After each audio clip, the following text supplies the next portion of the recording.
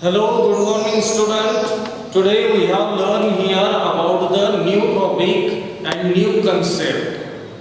We know that there is an epidemic in the world, particularly a disease which we had spread in the total world, then it is called as the pandemic disease. And when it is present in a local area, in a local mohalla, then it is called as an epidemic.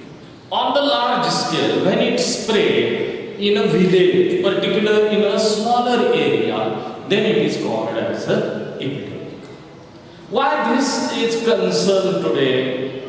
Because of this dreadful disease which has a life threatened all over the world. And particularly that is called as the corona disease. COVID-19 particularly originated from the China and spread all over the world, and which has a dreadful fear about this disease now in the Indian nation as well as all over the world. Why we discuss about the corona now? Because it is a widespread pandemic disease and many lives are lost due to this disease. But in the last far days ago, there was a scientist from the Greek culture named as Hippocrates. First of all, he gives the definition about the health. What he tells us? He tells us that the health is nothing but a balanced fluids in a human. It may be blood, it may be lymph, it may be phlegm, it may be bile or air. So all these fluids are present in a balance, then it is called as a health. Many of them tells us that health is nothing but the absence of disease. All these definitions of many of them called as the metabolic functions of the body organ is called as a disease. And many people in their own way define the health.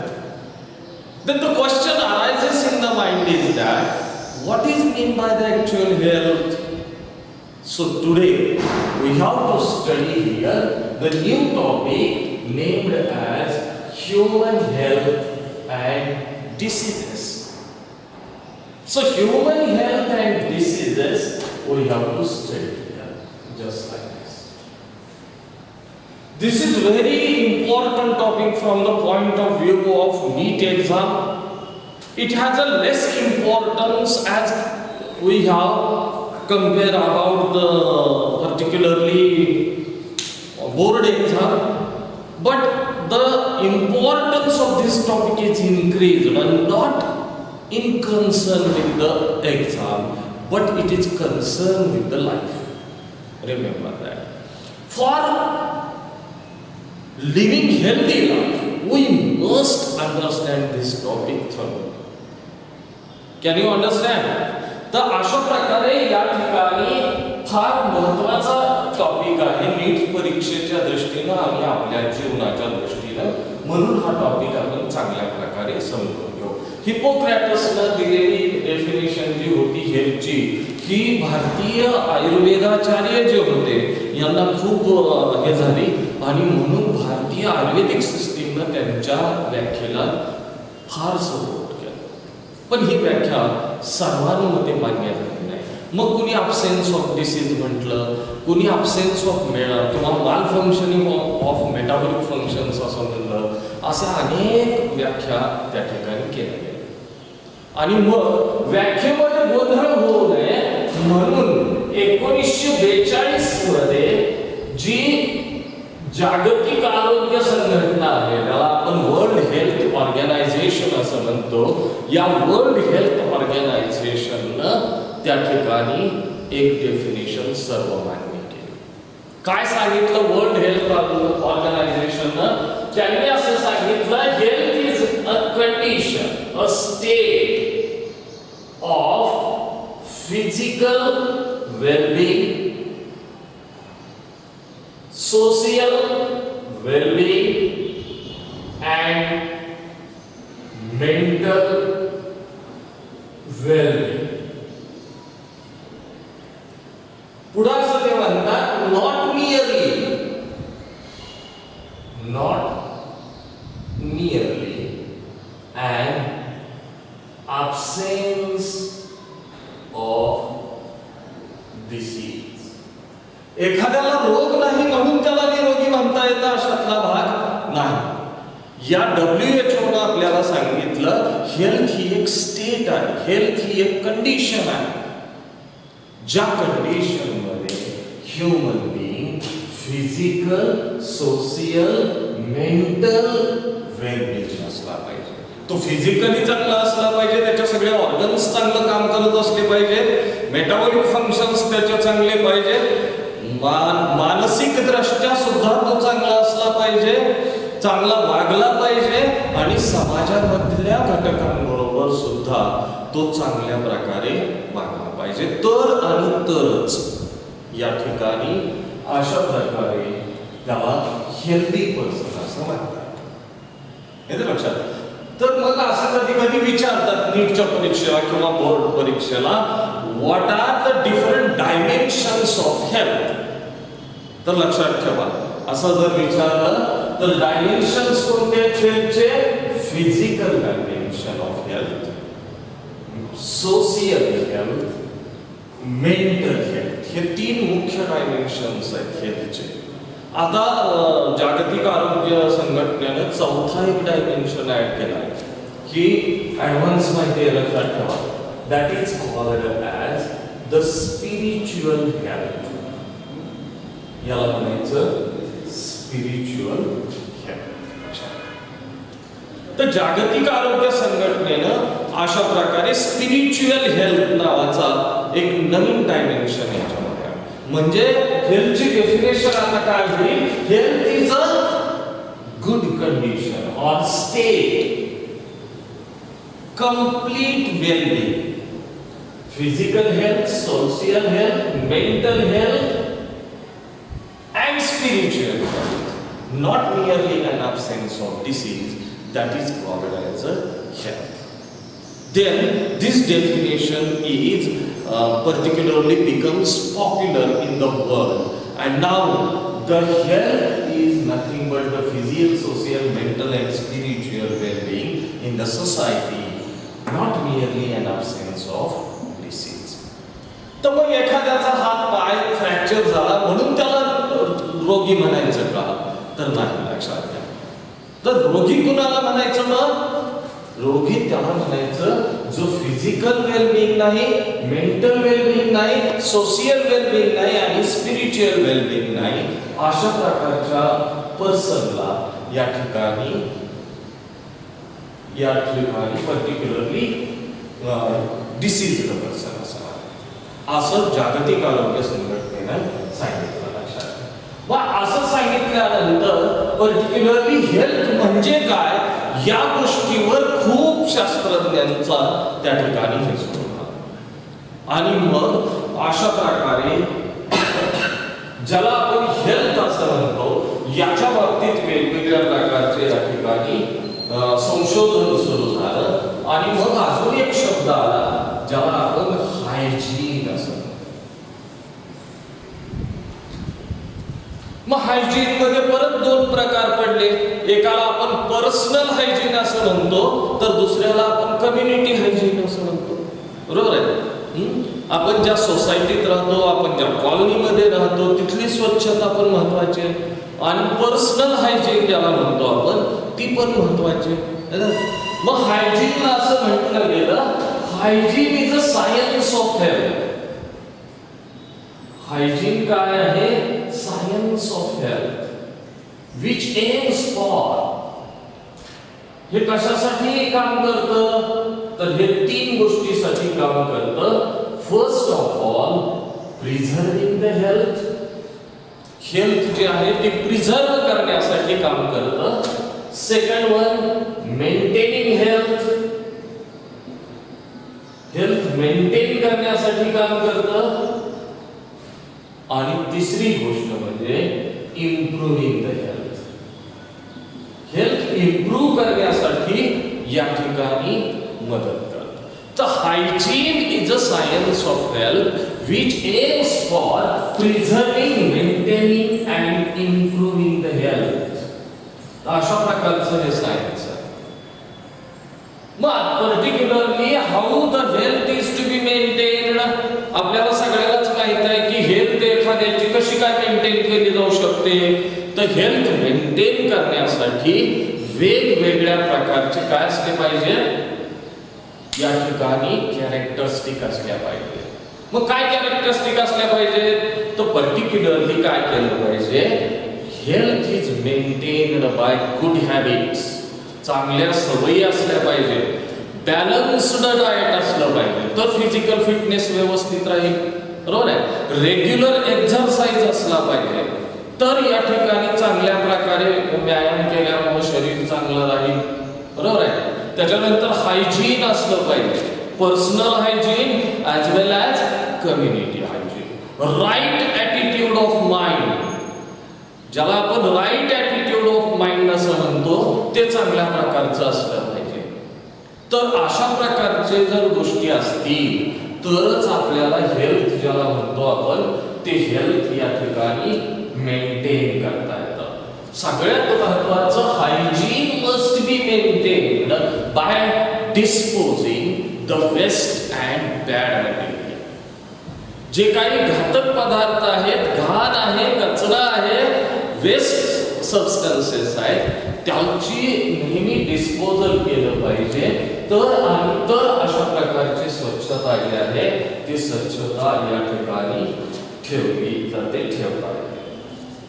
मग त्याच्यानंतर दुसरा एक प्रकारचा या ठिकाणी हे आहे ज्याला आपण या ठिकाणी रेझिस्टन्स असं म्हणतो. Resistance is the ability of human being to ward off the damage.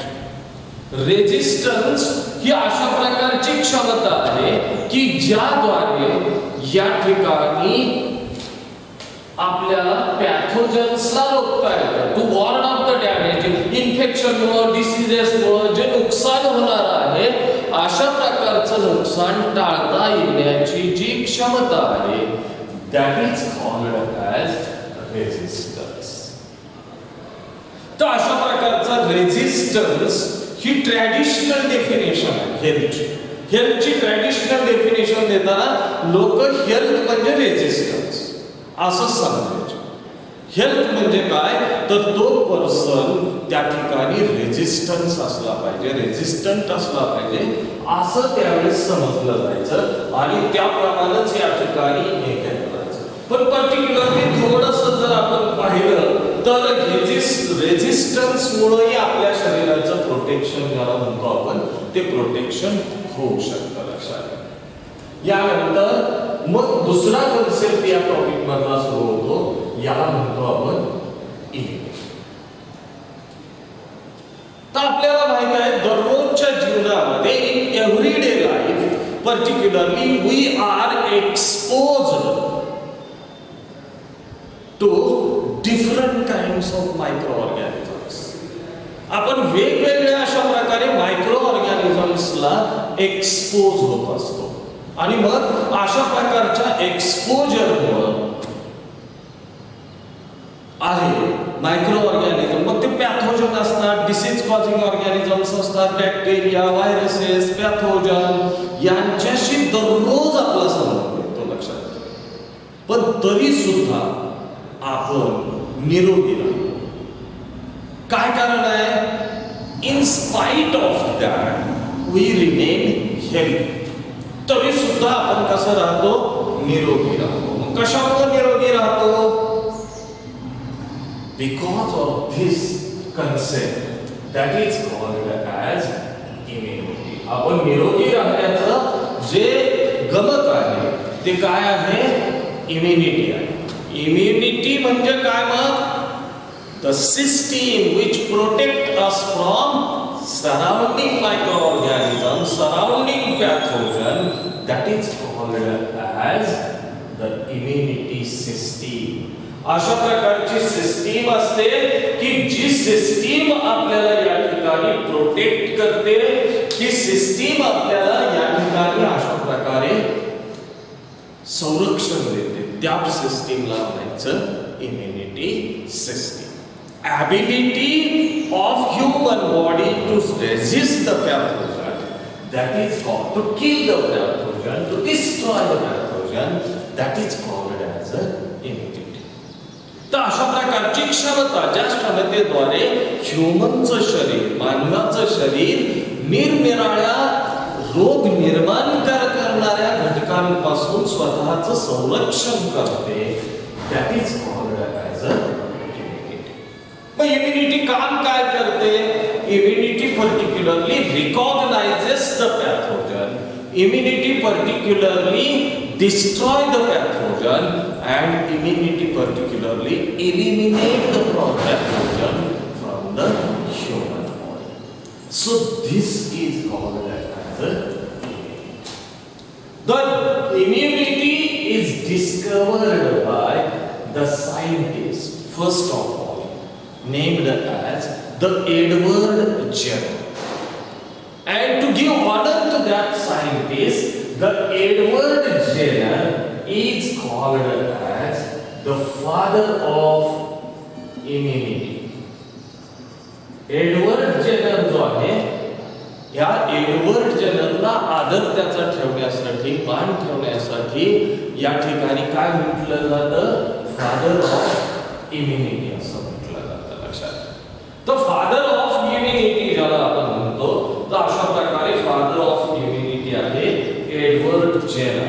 तर अशा प्रकारे या ठिकाणी विचारलं जाऊ शकतं परीक्षेमध्ये, नीटच्या परीक्षेमध्ये, बोर्ड परीक्षेमध्ये, who is the father of immunity. त्यावेळेस लक्षात ठेवा की हे उत्तर लिहायचं Edward Jenner named as a father of immunity. काय केलं एडवर्ड जेनरनी हे सुद्धा महत्वाचं आहे.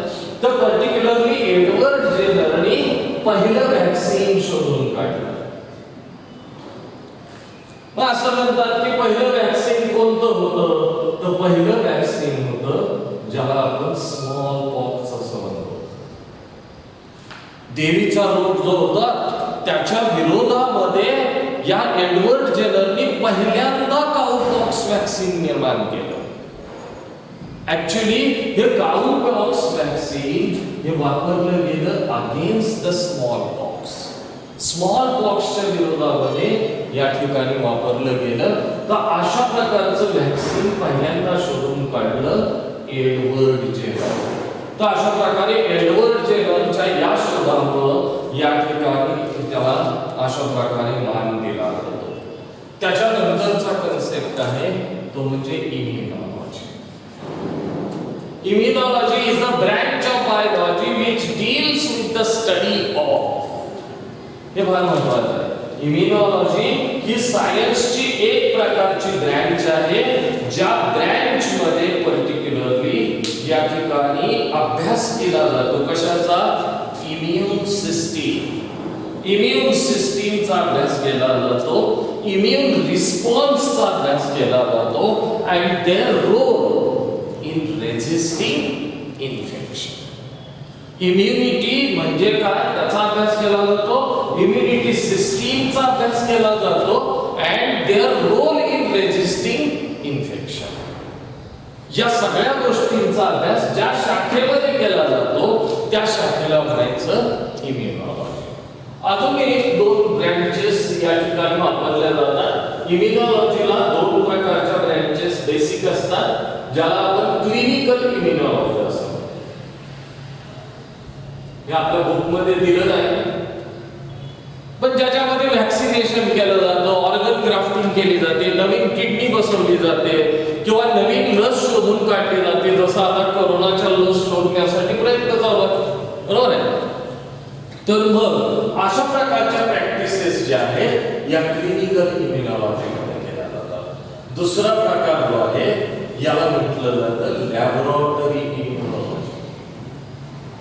तर लॅबोरेटरी इम्युनॉलॉजी म्हणजे काय, तर ज्याच्यामध्ये टेस्ट केलं जातं, पर्टिक्युलरली आपल्या ब्लड टेस्ट केलं जातं, त्याच्यामध्ये सेल्युलर कॉम्पोनंट किती, ह्युमरल कॉम्पोनंट किती, त्यांचं फंक्शनिंग आहे का, त्यांचे जी स्ट्रेंथ आहे ती बरोबर आहे का, हे जे बघितलं जातं त्याला म्हणायचं लॅबोरेटरी इम्युनॉलॉजी.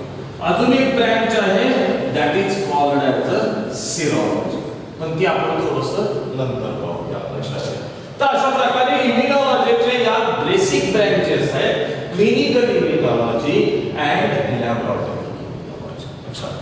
तर अशा प्रकारे immunology.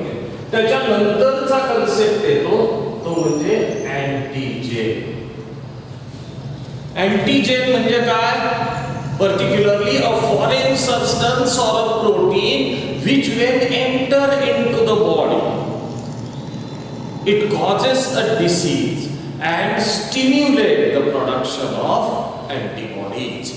That is called as a antigen. Antigen म्हणजे काय, कोणतीही फॉरेन बॉडी किंवा कोणत्याही प्रकारचे अशा प्रकारचं प्रोटीन जे आपल्या शरीरात जातं आणि आपल्या शरीरात गेल्यानंतर ते डिसीज निर्माण करतं, किंवा आपल्या शरीरात गेल्यानंतर ज्याला आपण अँटीबॉडीज असं म्हणतो, ह्या अँटीबॉडीज निर्माण करण्यासाठी स्टिम्युलेट करतं सेल्सला, अशा प्रकारच्या सबस्टन्सला म्हणायचं antigen. So antigen is nothing but the foreign substance or protein which when enter into the body it stimulate the production of antibodies. That is called as a antigen. त्याच्यानंतरचा word काय, that is called as a antibodies. Antibodies म्हणजे काय, the protective chemicals. हे एक प्रकारचे protective chemicals आहेत, किंवा त्याला आपण या ठिकाणी ग्लायकोप्रोटीन असं म्हणतो. प्रोटेक्टिव्ह केमिकल किंवा protective glycoproteins produced by the body cells. आपल्या शरीराच्या ज्या सेल्स आहेत त्या सेल्सनी अशा प्रकारे प्रोड्यूस केलेलं असतं. हे ग्लायकोप्रोटीन आपल्या शरीरातल्या ज्या इम्युन सेल्स आहेत त्या इम्युन सेल्स प्रोड्यूस करतात लक्षात घ्या. आणि अशा प्रकारच्या ज्या इम्युन सेल्स आहेत या ठिकाणी काय करतात, आपल्याला प्रोटेक्ट करतात. So protective glycoprotein produced by immune cell in response to antigen.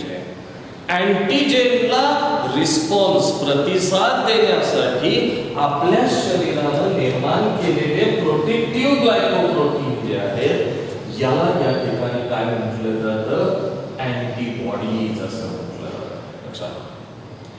तर मग अशा प्रकारे अँटीजेन आणि अँटीबॉडीज ह्या दोन फार बेसिक महत्वाच्या टर्म आहेत.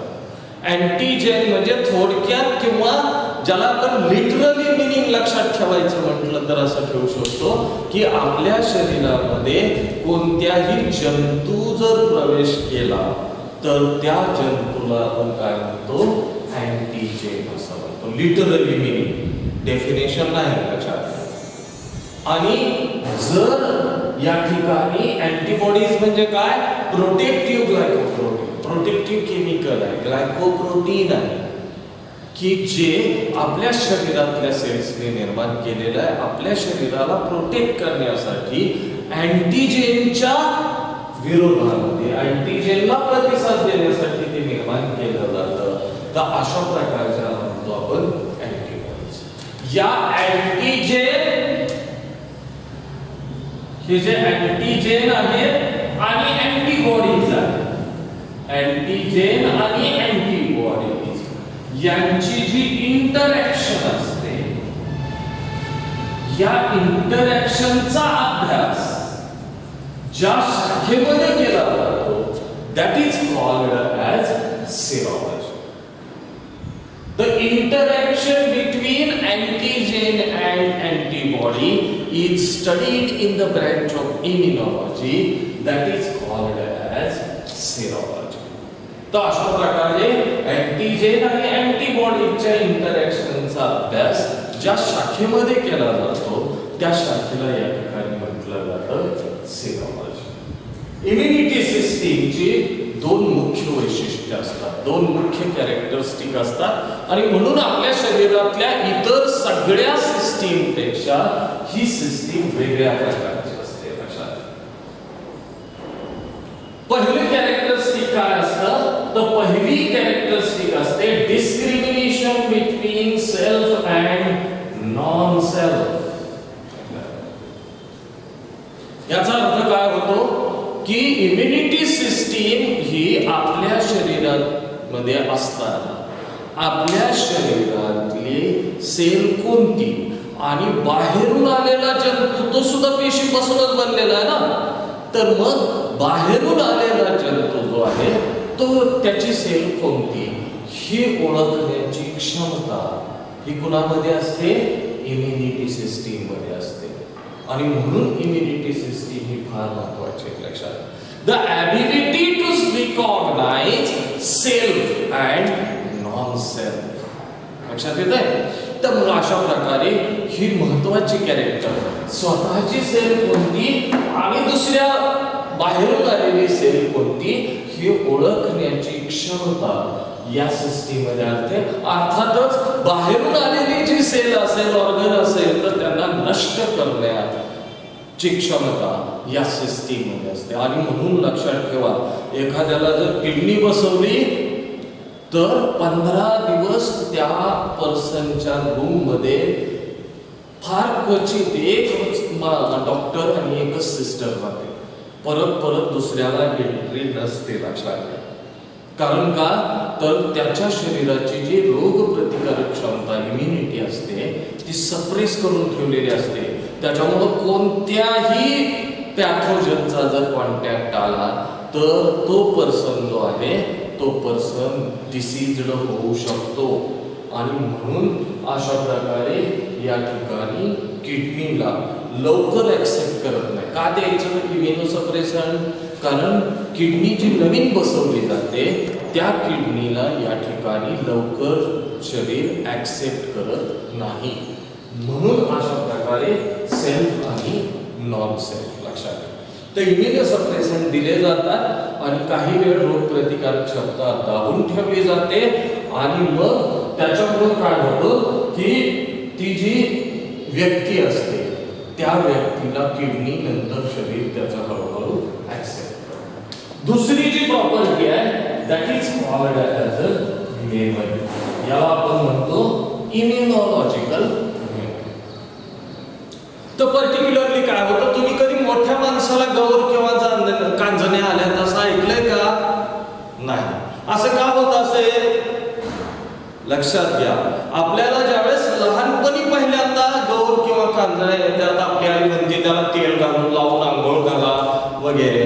तर हे का होतं? तर पर्टिक्युलरली लक्षात ठेवा, ज्यावेळेस आपल्याला लहानपणी पहिल्यांदा कांजण्या किंवा गौर येतात त्याच वेळेस त्याचा जो जंतू आहे, त्याचा जो पॅथोजन आहे, त्याच्या विरोधामध्ये आपलं शरीर काय निर्माण करतं? रोग प्रतिकारक क्षमता म्हणजेच इम्युनिटी निर्माण करतं. लक्षात घ्या. आणि ही इम्युनिटी जी आहे ही इम्युनिटी नंतर आपल्याला जीवनभर पुरते. म्हणजे इम्युनिटी मध्ये अशा प्रकारची ॲबिलिटी असते, क्षमता असते की त्या जंतूचं स्ट्रक्चर, साईज, शेप कशा प्रकारचं आहे हे त्याच्या मेमरीमध्ये राहतं. आणि मग ज्यावेळेस कधी मोठेपणी सेकंड एन्काउंटर होईल त्यावेळेस या गौर किंवा कांजण्याचा जंतू कशा प्रकारचा आहे हा लक्षात ठेवलेला असतो. आणि म्हणून त्याच्या विरोधामधले जे सैनिक आहेत, सेल्स आहेत, ते आपलं शरीर फार फास्टली निर्माण करतं आणि फार फास्टली निर्माण करून त्या गौर किंवा कांजण्याच्या जंतूला मारून टाकतं. लक्षात घ्या. आणि म्हणून आपल्याला मोठेपणी गौर किंवा कांजण्या होत नाही. तर मग अशा प्रकारचा कन्सेप्ट हा हेल्थ आणि इम्युनिटी ज्याला म्हणतो आपण, ते इम्युनिटी चुकीचं आहे. आज आपण हेल्थ म्हणजे काय, रेजिस्टन्स म्हणजे काय, इम्युनिटी म्हणजे काय, एडवर्ड जेनर कोण होता, इम्युनॉलॉजी म्हणजे काय, त्याच्या ब्रँचेस कोणत्या, अँटीजेन म्हणजे काय, अँटीबॉडीज म्हणजे काय, आणि दोन कॅरेक्टरिस्टिक ज्याला म्हणतो आपण discrimination between self and non self आणि इम्युनॉलॉजिकल मेमरी, एवढा भाग पाहिला. येते लक्षात. तर पुढच्या तासाला आपण या ठिकाणी टाइप्स ऑफ इम्युनिटी ज्याला आपण म्हणतो, इनेट इम्युनिटी, ह्या आर्टिकलला आपण सुरुवात करूया. तर घरी गेल्यानंतर वाचा. यामध्ये जास्त नाही, खरं तर ही इंट्रोडक्शनच आहे. त्यात परत डिसीजेस तुम्ही शिकला, ॲक्वायर्ड डिसीजेस ज्याला म्हणतो आपण, आणि इनबॉर्न डिसीजेस जे जन्माबरोबर येतात. ॲक्वायर्ड डिसीजेस म्हणजे जीवन जगत असताना आपण जे मिळवतो ते. त्याच्यात परत अजून कम्युनिकेबल डिसीजेस वेगळं, नॉन कम्युनिकेबल जे आपण एकापासून दुसऱ्याला होतात त्याला कम्युनिकेबल बनायचं, इन्फेक्शियस बनायचं. जे व्हेक्टर किंवा तिसऱ्या ऑर्गॅनिझम, डासाद्वारे मलेरिया पसरतो, असं तिसऱ्या ऑर्गॅनिझमद्वारे जे पसरतात त्यांना नॉन कम्युनिकेबल बनायचं. तर असे डिसीजेसचे प्रकार तुम्ही अगोदरच शिकलेला आहात. या डिसीजेस पासून जर आपलं संरक्षण व्हायचं असेल तर त्याच्यासाठी आपल्याला इनेट इम्युनिटी जी आपल्याला जन्माबरोबर आई वडिलांकडून मिळते, या बाबतीत आपल्याला पुढच्या तासामध्ये शिकायचं. So thank you once again.